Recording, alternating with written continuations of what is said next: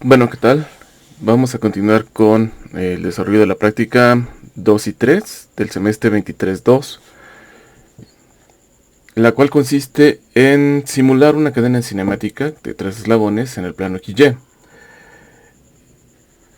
En la sesión pasada de clase lo que llegamos fue a desarrollar lo que sería el árbol dentro de lo que sería Simulink y el código.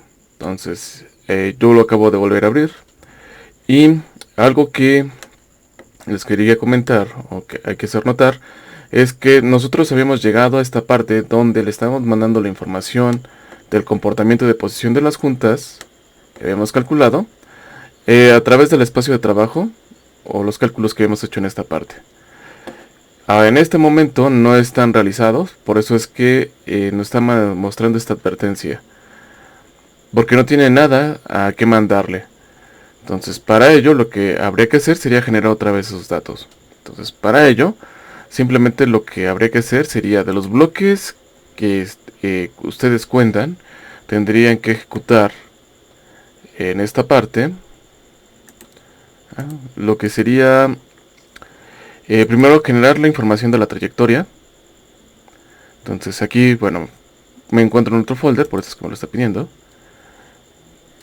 El folder se encuentra dentro de la misma carpeta que descargaron del espacio de trabajo. Entonces, les debe de desplegar 3 gráficas de posición, de orientación y una extra que sigue siendo la posición. Y aquí ya tenemos los datos en general de lo que cómo funciona la posición. De aquí algo que se puede hacer es que se puede comentar toda esta parte. O sea, aquí ya está colocada dentro de una sección, pero la generación de esta señal de la trayectoria no es necesaria.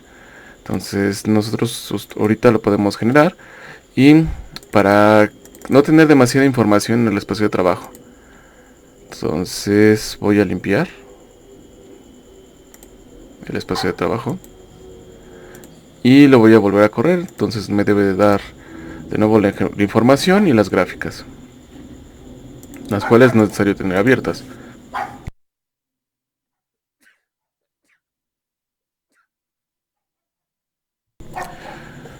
Entonces ya están estos elementos generados y lo que sigue sería calcular la posición. Aquí ya está la función de la postura, esa no hay que correrlas. Es más, si ustedes ejecutan esta función, este archivo.m, les va a marcar un error, porque es una función anónima que les debe de llamar cuando estamos calculando la postura. Entonces la tengo en esta parte que es la solución de clase, que sería la solución numérica que habíamos trabajado. Lo ejecuto y algo que habíamos visto en la clase penúltima, la sesión de clase, eran los mensajes relacionados con la ventana de la barra de comandos acerca de la convergencia del método numérico empleado. El video ya se encuentra o ya se encontrará cuando ustedes revisen esta parte. Los estoy subiendo ambos. Y básicamente aquí lo que debemos de tener son los valores de los ángulos que calculamos para teta 1, teta 2 y teta 3 y la generación de las señales. Entonces aquí ya está generada esa información. Aunque aquí se abrió antes de generar la información, sigue marcándolas como en rojo porque al abrirlo no las identificó. Pero si ustedes ya ejecutan la simulación, al parecer no. Ya. Ahora sí ya está compilando. Al parecer no le di suficientemente fuerte al botón. Aquí vemos la trayectoria, como le está ejecutando.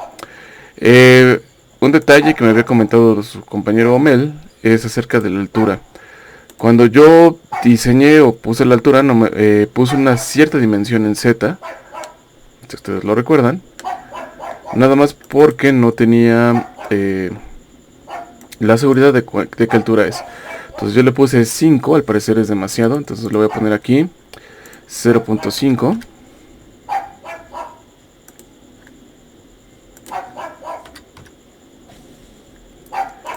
Para aceptar, nomás modifico la visualización, que en realidad lo único que se debe modificar son los puntos de la altura. Bueno, bajó, pero al parecer todavía sigue siendo muy elevado. Entonces, al parecer los modifiqué los que no debía. Entonces me voy a poner sobre el plano XY.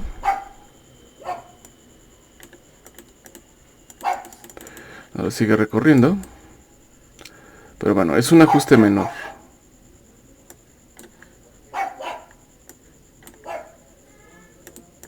Es que no se salvó. No le di a aplicar, ese fue el problema.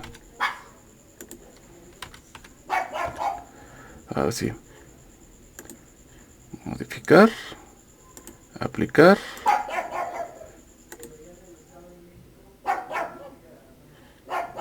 Y ahora quedó muy abajo. Entonces es 0.1. Entonces, nada más para que quede ajustado. Es un detalle que no es tan grave. Al fin y al cabo lo seguirá haciendo. Seguirá ejecutando la trayectoria. Entonces aquí 0.1. Y acá 0.1.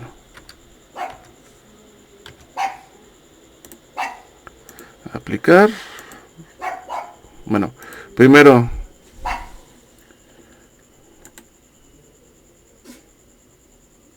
ahí sí debe ser una altura aceptable, que no esté sobrepasando. Entonces habrá que hacer ese ajuste. Ahora, esta planación es la planación en el espacio de trabajo, porque estamos obligando a nuestra cadena cinemática a que el sistema de referencia que nosotros tenemos en esta punta, que es nuestro sistema P, siga esa trayectoria. Vamos ahora a hacer esta misma tarea, pero en el lugar de obligar al robot a seguir la trayectoria, únicamente nos va a interesar que el robot pase de este punto a este otro punto, mediante una planeación en el espacio de las juntas. Significa que vamos a requerir los valores de la posición aquí, en el punto inicial y en el punto final.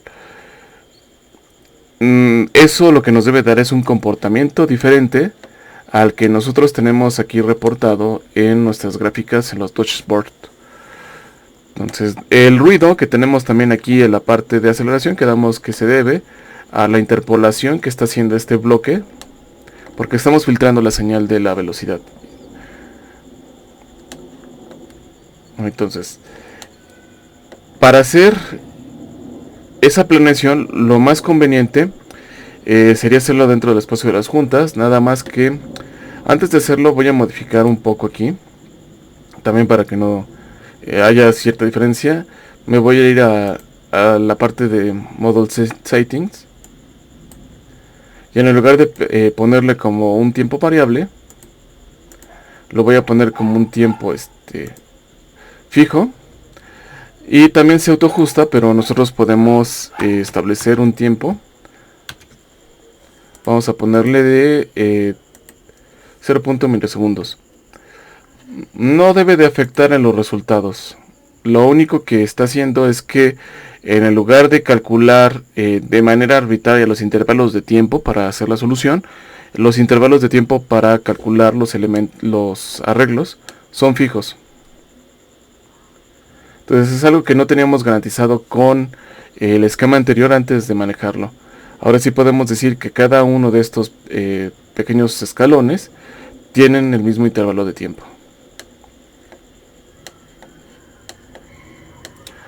Ahora, la otra planeación, simplemente lo que vamos a utilizar, regresándonos a esta parte, es aquí en la trayectoria, utilizar la misma estructura del Biufer quíntico de trayectoria. Lo único que vamos a cambiar, en lugar de puntos X y Y iniciales y del teta, vamos a utilizar los valores de los ángulos de la primera junta, de la segunda junta y de la tercera junta rotacional, y de la parte final, con el mismo perfil. Entonces, este no lo voy a cerrar. Y en el lugar de hacerlo aquí numéricamente, es una solución que puede ser implementada de manera directa sobre un robot, al ser una solución analítica. Entonces eso lo vamos a programar mejor dentro de un bloque dentro del espacio de trabajo y en función de un tiempo dado. Entonces algo que vamos a requerir va a ser de un reloj, y los relojes por default ya traen el tiempo de la simulación. Entonces no vamos a modificar el tiempo de 10 porque es solo de unos 10 segundos que tenemos aquí de inicio. Ahora, se puede por separar por cada uno de los bloques o en un bloque en particular. Yo recomendaría que todo quedara en función de un solo bloque, el cual tuviera 3 salidas. Entonces, para eso vamos a utilizar un bloque de MATLAB Function, donde está esperando una entrada, que en este caso va a ser el tiempo, y en este caso por default trae una configuración únicamente para una salida. En este caso lo que tenemos es la función en términos de U. Lo podemos cambiar a T y no pasa nada. Lo voy a dejar así para que nada más no me esté metiendo ruido. Y aquí lo que debemos decir es que vamos a tener múltiples salidas, como un arreglo. Entonces vamos a tener teta 1 con respecto a 0 para seguir la nomenclatura que nosotros tenemos en nuestras ecuaciones. Teta 1 con respecto a 2. Y teta 3 con respecto a 2. Entonces, aquí lo que debemos de tener sería la salida de teta 1,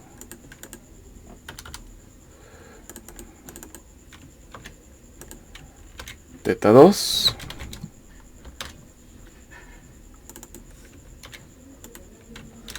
y teta 3.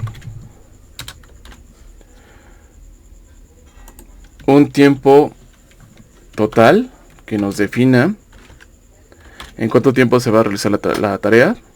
Entonces aquí serían 10 segundos.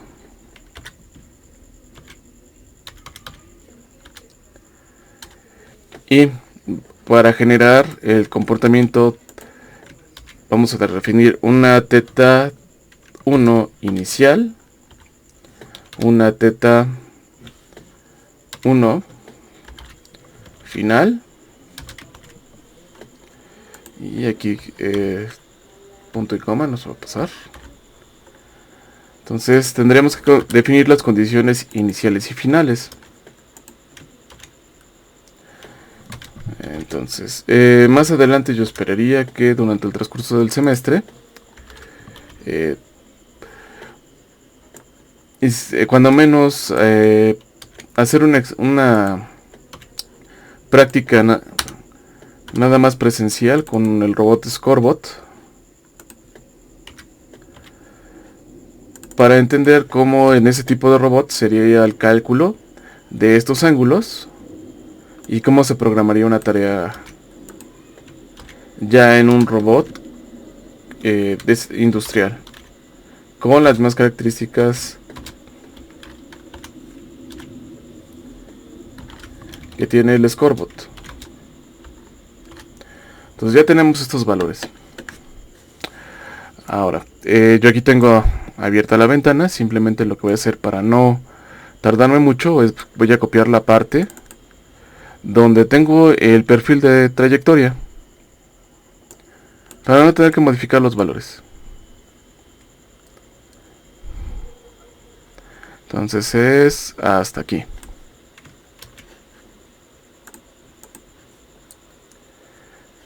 Bueno, lo voy a poner acá abajo. Antes tengo que hacer unos cambios porque tengo que poner teta inicial más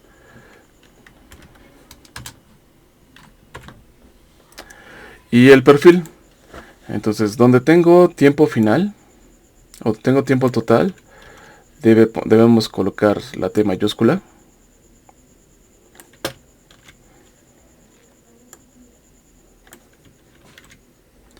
Y donde tenemos el tiempo de la simulación, lo único que tiene que dar es T.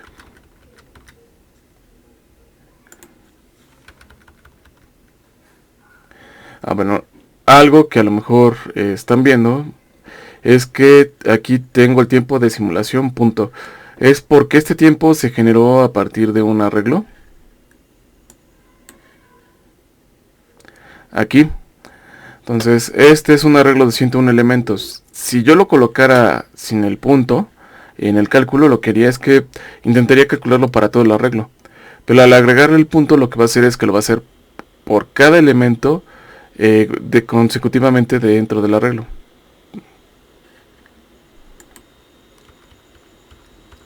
Entonces ya tenemos nuestro perfil. Entonces, ahora sí, este nos lo podemos llevar para acá.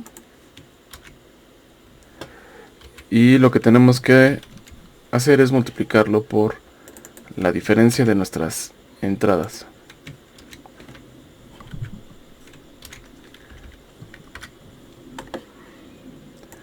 Y lo que van ustedes a notar es que conforme se van utilizando las entradas o la definición de las variables, nos deja de marcar el error.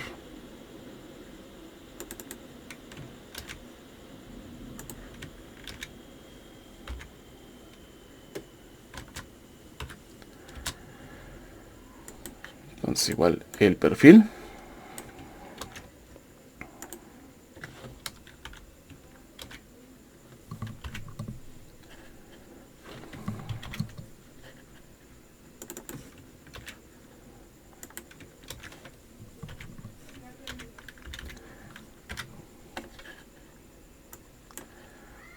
Entonces ya nada más falta este.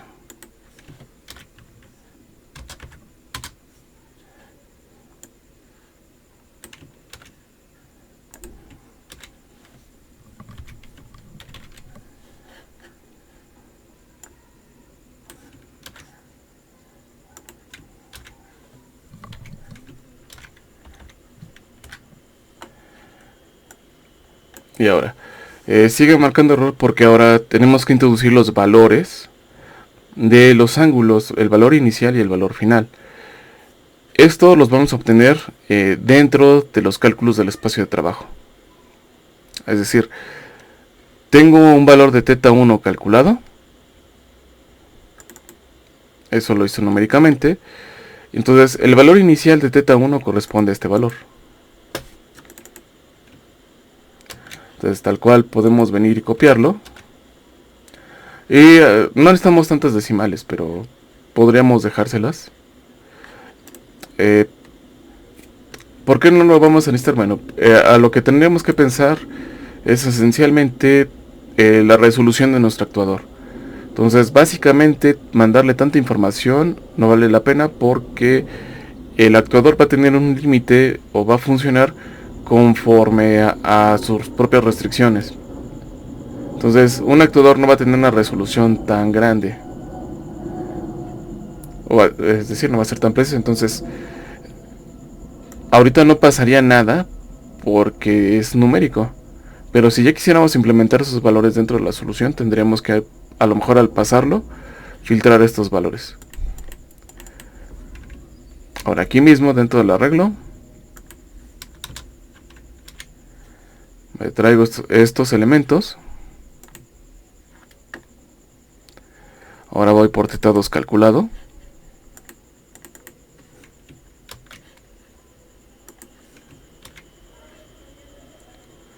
Y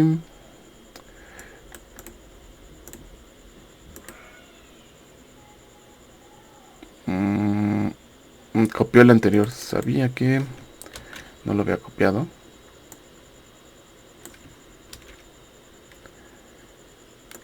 Parece que sí lo copió, pero le falta el signo. Menos.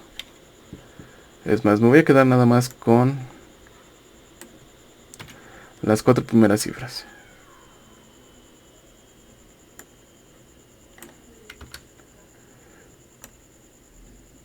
para que lo pueda copiar directamente. Entonces me voy al último valor calculado, menos 1.55769, teta 3 calculado, que es 1.9612, y el valor final es de 1.3846. Y este me está sobrando. Y ya quedaron definidos nuestro comportamiento o nuestra planeación en el espacio de las juntas. Entonces, algo que a lo mejor sí sería importante es colocar qué tipo de información, cuando menos en códigos, nos está arrojando.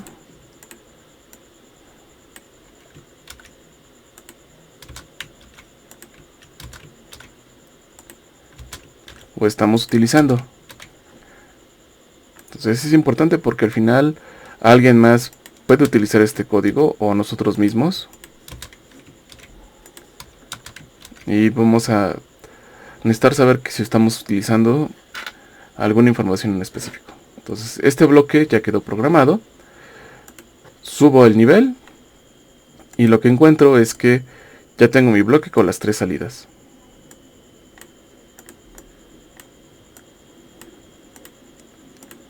E incluso aquí podemos ponerle planeación.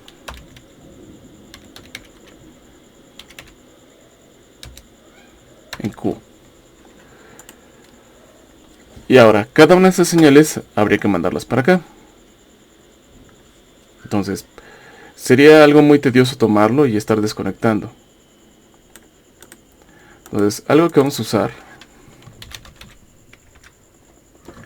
va a ser un manual switch. Y vamos a requerir cuando menos 3.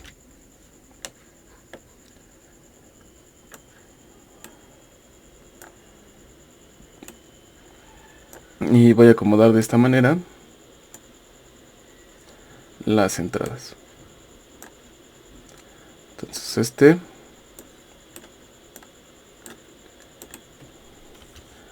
voy a desconectar estos elementos.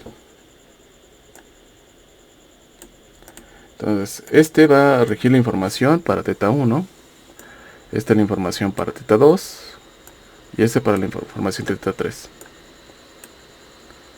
Entonces sería la información, todos los switches hacia arriba, la información de la planeación en el espacio de trabajo, y todos los switches hacia abajo, la planeación en el espacio de las juntas. Entonces esta ya la tenemos.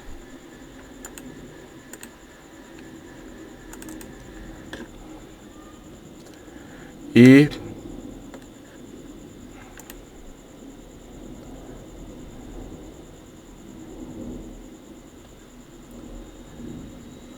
ahorita sigue con los switches arriba. Entonces sigue recorriendo la trayectoria. Entonces, ahora si queremos ver la otra planeación, simplemente cambiamos los 3 switches y volvemos a correr la simulación. Entonces antes de eso, nada más una mirada rápida a las gráficas, ver el comportamiento. Esencialmente los que ahorita van a ser más relevantes serían posición y velocidad. Son los que nos pueden tener cambios. Aceleración, vamos a ver qué pasa.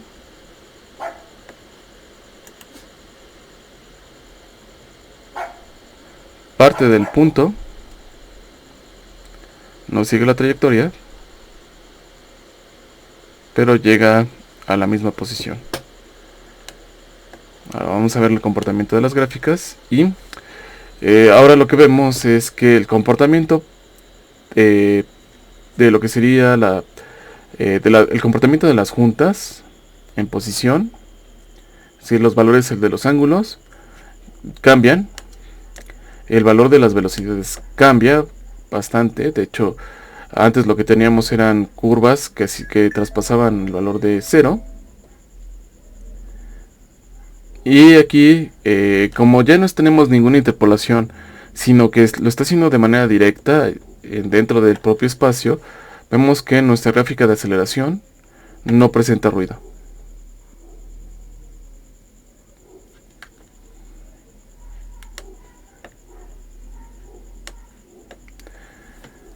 Entonces, de aquí ya hay elementos para que podamos empezar a hacer diferentes evaluaciones, tanto de una estructura de un robot que nosotros tengamos. Una ventaja de tener el URDF es que la aplicación de los sistemas de referencia coincide con la que nosotros planteamos dentro del modelo.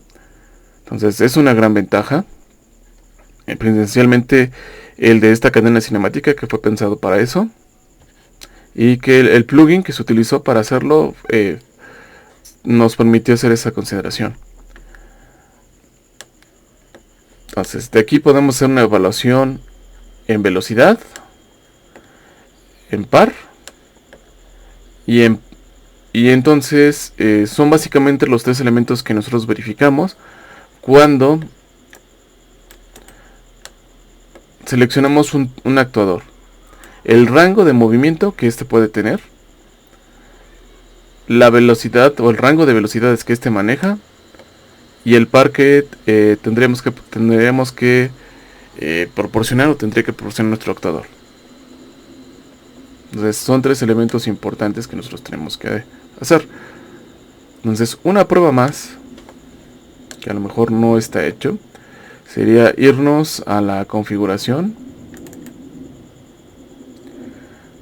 Y aquí la gravedad la tenemos aplicada sobre el eje Z. Es decir, hasta ahorita cualquier elemento o cualquier resultado que hemos obtenido no se ha visto afectado por la gravedad. Entonces vamos a incluirla. Únicamente vamos a modificar este vector de tal manera que la gravedad actúe de manera negativa en la dirección de -y. Entonces ahora voy a cambiarlos a la configuración de planación en el espacio de trabajo para que recorra la trayectoria.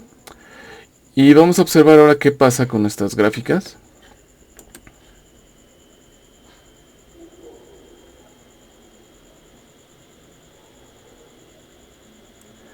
Entonces verificamos que la cadena cinemática sigue haciendo las mismas instrucciones.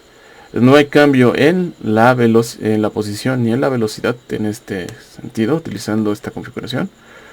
Pero la aplicación del vector de gravedad le quitó mucho ruido a la interpolación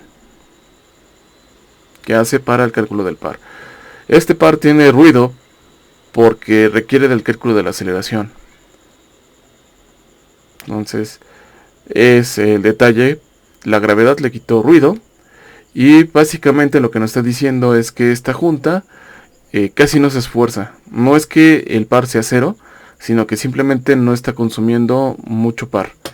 Es entendible porque básicamente está moviendo este eslabón, y el movimiento o el rango de movimiento que está haciendo al recorrer la trayectoria básicamente es mínimo. O sea, no hace un gran movimiento de acción que tiene que ser esta junta, y de hecho lo hace muy despacio. Generalmente las juntas que van a consumir más par y por ende más corriente van a demandar, van a ser las juntas que estén más pegadas siempre a la base. Es una regla general. Pero por lo demás, en la parte cinemática no causó ningún cambio. Ahora habría que ver qué pasa si cambiamos a la otra planación y cómo nos afecta la gravedad de los pares.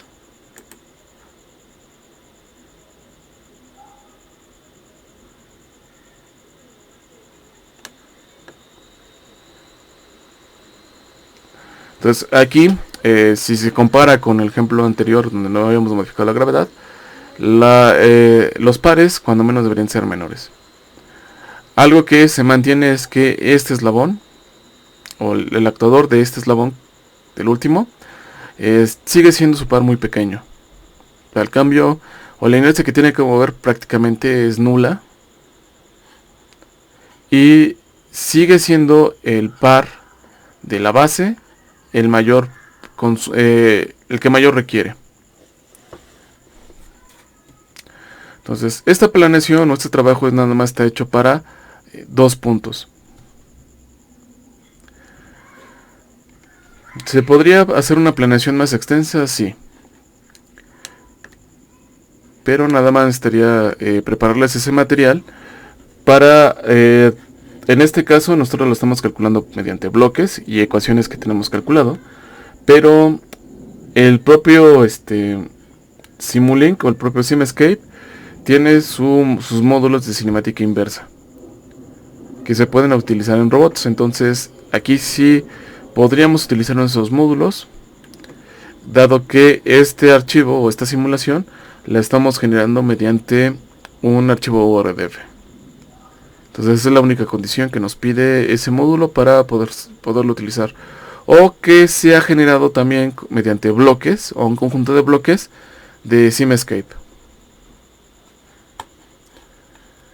Entonces esta es la parte práctica que se tiene que desarrollar para la actividad de la práctica 2 y 3, hacer estas dos planeaciones. Ahora ustedes pueden jugar modificando los puntos iniciales y finales de esta trayectoria de la línea, o podrían definir incluso estas dos propias trayectorias, siempre y cuando utilicen el lugar geométrico y puedan relacionarlo con el tiempo. Entonces, el chiste sería que ustedes trabajaran, modificaran a lo mejor estos puntos y observaran qué es lo que va a pasar con las gráficas, qué comportamientos deben de ser. Ahora, esta es una evaluación directa que es cuantitativa. Podríamos establecer una relación cualitativa si nosotros metemos dentro del cálculo o metemos dentro de la información el cálculo de la manipulabilidad de la estructura del robot mientras se va moviendo. Para entender cuál es la relación, ahí sí sería cualitativo. Cómo el índice de manipulabilidad lo podemos relacionar con el comportamiento que tenemos con estas gráficas. Bueno, y en los otros videos relacionados con ya terminar la parte teórica de robótica serial, ya los van a tener totalmente disponibles. Y lo que seguiría sería trabajar con algunos casos básicos. Básicamente ya con esta parte ya podemos brincar a robótica paralela, y con robótica paralela ya podríamos brincar a robótica móvil.